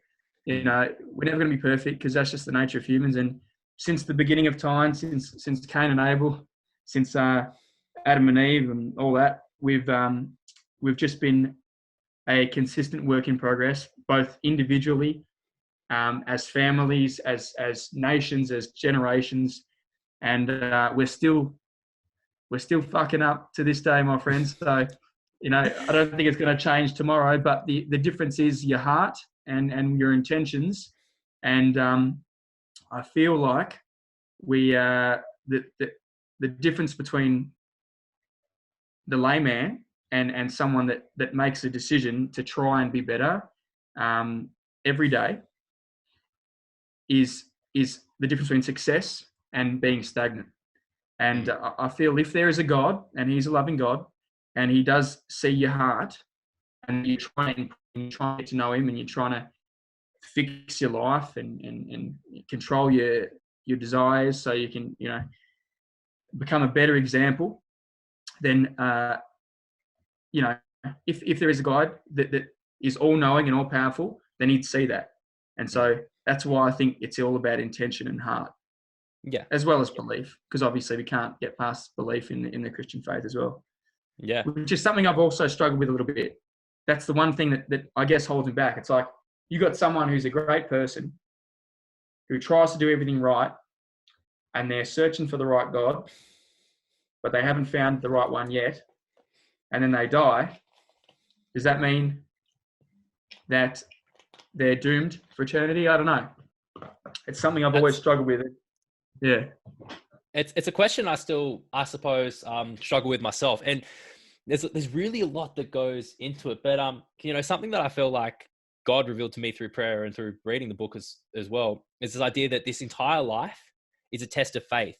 And I suppose what God is looking for is the people that are going to actually have faith to believe in God. And the idea of the first sin. So the first sin, I suppose, the idea of the original sin came from Adam and Eve being lied to in the Garden of Eden, right? And they ate of the fruit. So they disobeyed the one commandment God gave them, right? But at another level, ultimately what that was, it was a lack of faith, because the lack of faith was they didn't believe what God told them. And so then this whole idea, this is why I conceptualize this whole idea of Jesus and him being the redeeming quality, and all you need to do is believe in him. It's to get back to God, to get back to communion with God, you need to have faith and belief in Jesus. And having belief in God is something, I suppose, that it's something that a lot of people battle with. And I feel like a lot of people, they believe in God, but then they might not go as far as the idea of Jesus. And, the idea that if you don't believe in him, you're damned for eternity. Like, that's an unbelievably sort of hard idea. And it's something that's hard to really digest. It's something that I still struggle to digest. It's something I've always struggled to digest. But I guess one of the other things as well is it says God will judge every single person according to their life. And he'll judge everybody according to their works as well. And I suppose the difference is those who have Jesus will be judged not guilty, but it says that those who don't believe are already judged guilty. But it also says that he's a fair God. And and I guess if everybody's being judged by their own life experience, if somebody, I suppose, is truly trying to live right, and they truly do have a good heart, God sees that. I'm not going to sit here and say, if they never hear about Jesus, and they don't accept that, then they might never go to hell. Like, it's a hard question, but I guess in my mind, I truly believe that God will give everybody a chance to get to know him. Otherwise, I don't think it'd be right for, I suppose, for somebody that never heard about Jesus to die and go to hell. I mean, unless they were truly a bad person. I mean, for example, like someone like Adolf Hitler. Like, if somebody didn't know God, but they were as evil as Adolf Hitler, like you'd hope they'd go to hell, Yeah. Yeah. And just on that, I've lost my train of thought now. Sorry, give me a second. But I think you said something right before Hitler. What was that? Somebody that doesn't know God being sort of judged the to hell. hell thing. Yeah. So even hell, right? So say you scrap everything that we've just talked about, and you think, nah, stuff it. I'll just follow my worldly desires. I'll do exactly what my body says I want to do at any time that it wants to do it. And that's not freedom. You're slave to your desire to drink alcohol and get absolutely shit-faced. You're a slave to wanting to, I don't know, masturbate in your basement 4 times a day, and you're a slave to eating junk food every day because you've got a desire and cravings for high-calorie foods because you eat it every day. Man, you're living in hell. That's not a life well lived, in my opinion. And there's, irrespective of the afterlife, if you get to the end of your life and you've lived it according to biblical principles, the 10 commandments, that you don't steal and you don't kill, and say you wait till marriage for sex, or you're faithful to your wife, and you put God first and all this, if you get to the end of that life and you die and you find out it's all lies, what have you lost? To me, you've lived a great life.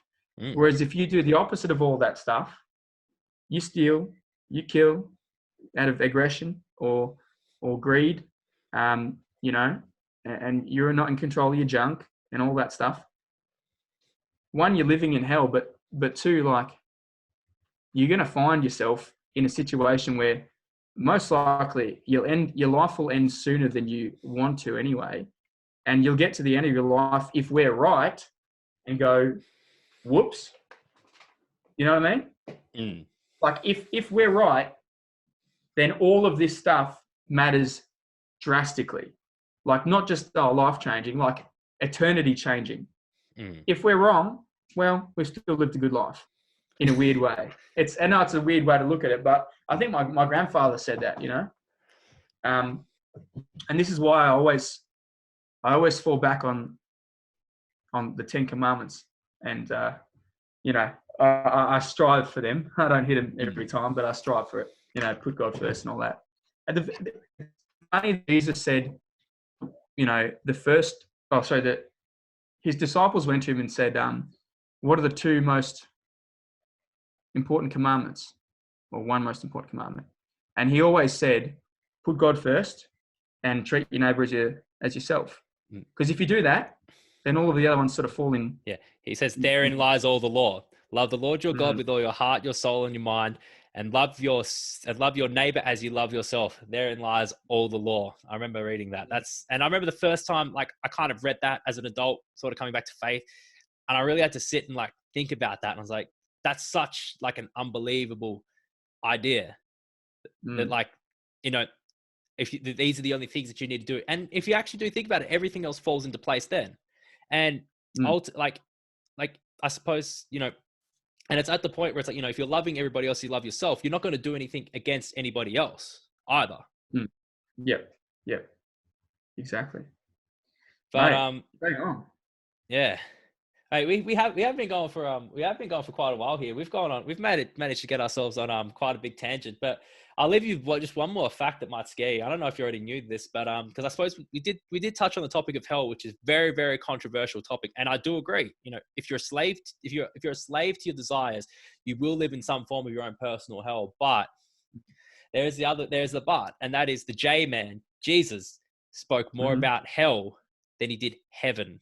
And hell is referenced more times in the Bible than heaven. And with that, and in so many different ways as well. Hey, like different. Like it talks about Hades, and then talks about hell as a fiery pit, and then hell as an internal thing. And there was so many different.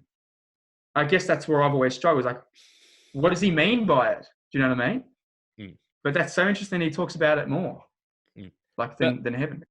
But one of the conclusions as well that I guess I came to, and this is when I was right when I came back to faith, right before I said, all right, I believe Jesus. I want to dedicate my life to Christ, right? And that was after, doing my own thing for a while. And when I started to get a deeper understanding, I guess, what sin was and how sin operates, I sort of realized that the type of person that I wanted to actually be all along was a Christian, because like you said before, like discipline is freedom. And I guess, like in the context of let's say, eating food isn't a sin, but gluttony is a sin. Drinking wine isn't a sin, but being drunk is a sin. And it's like this idea that, if you want to, I suppose, live your best life, you want to have control over yourself. You want to be able to say, no, I'm not going to get drunk. No, I'm not going to overeat. No, I'm not going to pleasure myself 15 times a day on Pornhub. Like, I'm going to go out and live my best life.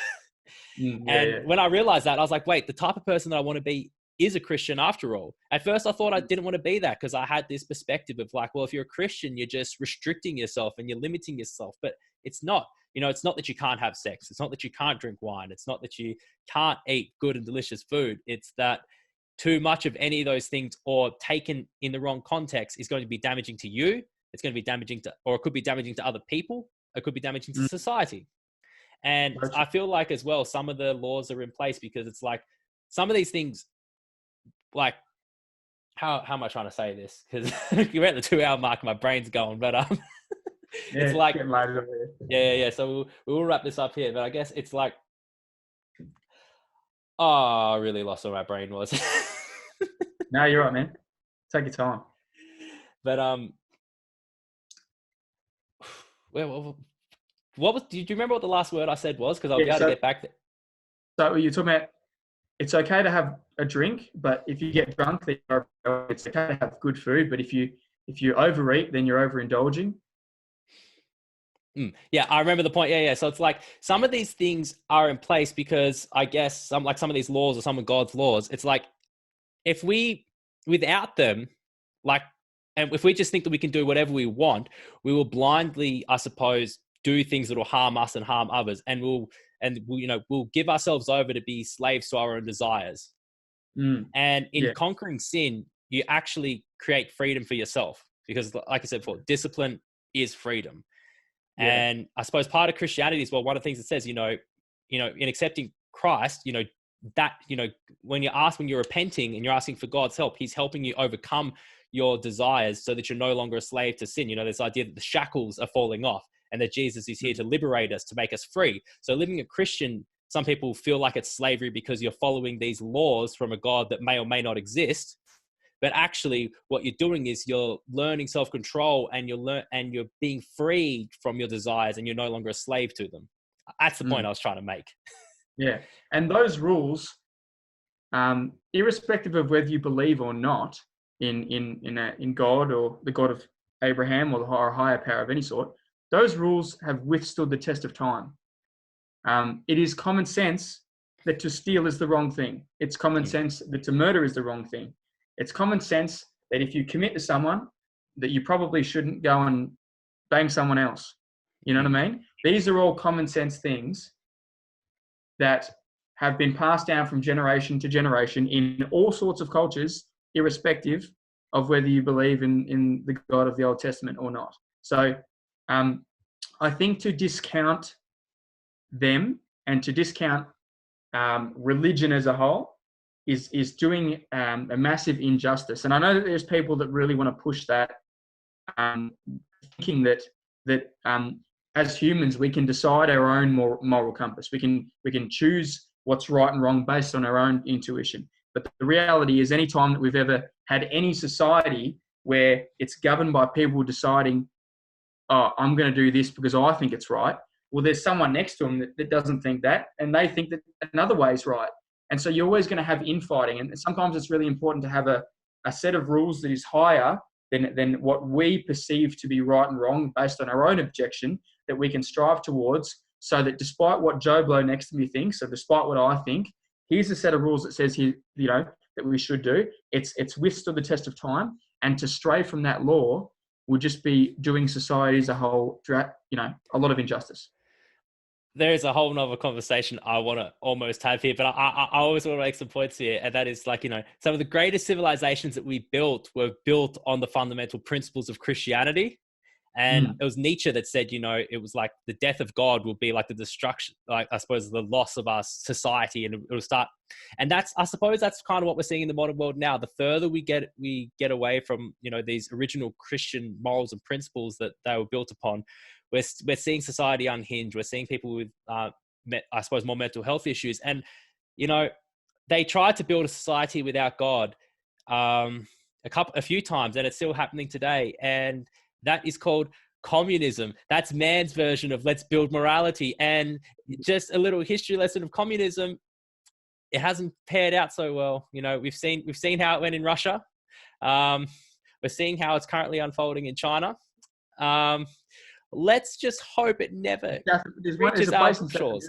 Venezuela as well, isn't it? Yeah. Venezuela? Yeah. That's what happens when you try to build a society based on man's morality. So we might leave it there, but Jesse, thank you very much for your time. This has been quite an epic one, to say the least, I might say. Hopefully it was long enough that my mum didn't hear me talk about my life in too much detail. Just one thing quickly. I remember sitting in math class with you in like grade 9 or 10, and we both had something in common, and it was that we used to get easily distracted. Do you remember that? For whatever reason, right? And I always think it's because our minds were busy. I remember my mind was always just busy, and it got us into trouble a couple of times. But when you look at now, the one thing we have in common is that we like to think outside the box a bit. It's funny how even if, you got a teacher that tells you fall in line and shut up and stick to the work, you can't stop a busy mind, and eventually it'll grow and it'll flourish, and it'll find an environment like a podcast where it will thrive. And so I want to say thank you for being you and starting this thing, because it might have started as a side hustle, or you've always been passionate about it and things like that. But if you hadn't have done it, then we wouldn't be talking today. And it was your idea and your creation and your dream to do it. So good on you for following that. You're a legend. No. And thank you. You're a legend yourself. Thank you very much for giving your time. I think it sounds like we've got a lot to talk about, so I might have to get you on again sometime. Really? Just one more thing for anybody who's still listening, because you brought up high school. Our high school nicknames. Yours was Bum, mine was Pubes, but I never knew why they called. I don't think I ever found out why they called you Bum. Are you able to? Yeah. So my last name's Barnard, and I used to get Barnyard, and then. One of the blokes I went to school with, I think he coined me Bumyard, and then it was just Bum. So I've had a few nicknames over my time. That one has, it hasn't really stuck except for about 2 or 3 that still call me Bum to this day. I've sort of embraced it. I think, that's if there's one part of the body I wouldn't mind being named after, the bum's not the baddest place, because it's the strongest part. It's the strongest muscle in the body. So you're welcome. And yeah, pubes, because I got curly hair and I used to have an afro. Very original is it? Cool. All right. Thank you very much for your time, Jesse. It's been an absolute pleasure. See you, mate. Bye-bye.